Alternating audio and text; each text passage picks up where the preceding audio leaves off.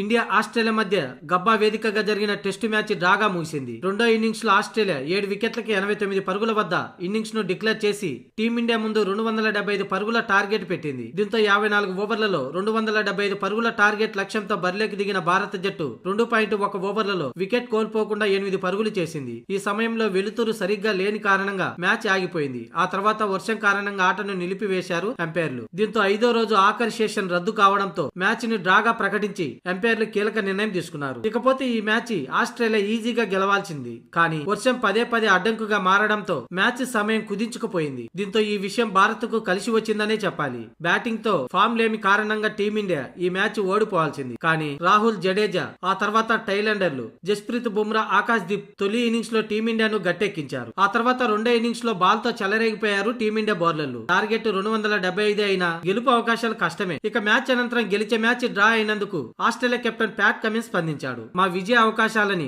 వర్షం పదే అంతరాయం కలిగించి దూరం చేసిందని ప్యాట్ కమిన్స్ అన్నాడు. ఇలాంటప్పుడు మేము ఏం చేయలేమని, పరిస్థితులు అనుకూలించినప్పుడు వచ్చిన ఫలితంతోనే ముందుకు సాగాలని ప్యాట్ కమిన్స్ అన్నాడు. ఈ మ్యాచ్ గెలిచి ఉంటే 2-1తో ముందంజలో ఉండేవాళ్ళం. తొలి ఇన్నింగ్స్ మా బ్యాటింగ్ ను బట్టి చూస్తే ఈ మ్యాచ్ గెలిచే అవకాశాలు మా పక్కే ఉన్నాయి. మొత్తం 5 రోజుల పాటు మ్యాచ్ కొనసాగించి ఉంటే ఫలితం 4 రోజుల్లోపే మా వైపు నిలిచి ఉండేదని ప్యాట్ కమిన్స్ తెలిపాడు. ఇక రెండో ఇన్నింగ్స్ లో మా వికెట్లను మేము ఫాస్ట్ గా కోల్పోయినప్పటికీ టార్గెట్ ఎక్కువగా నిర్దేశించి టీమిండియాను ఆల్అౌట్ చేయడం దిశగా ఈ నిర్ణయం తీసుకున్నామని ప్యాట్ కమిన్స్ అన్నాడు. ఏది ఏమైనా గెలిచే మ్యాచ్ వరుణుడు కారణంగానే డ్రా చేసుకోవాల్సి వచ్చిందని ప్యాట్ కమిన్స్ అన్నాడు.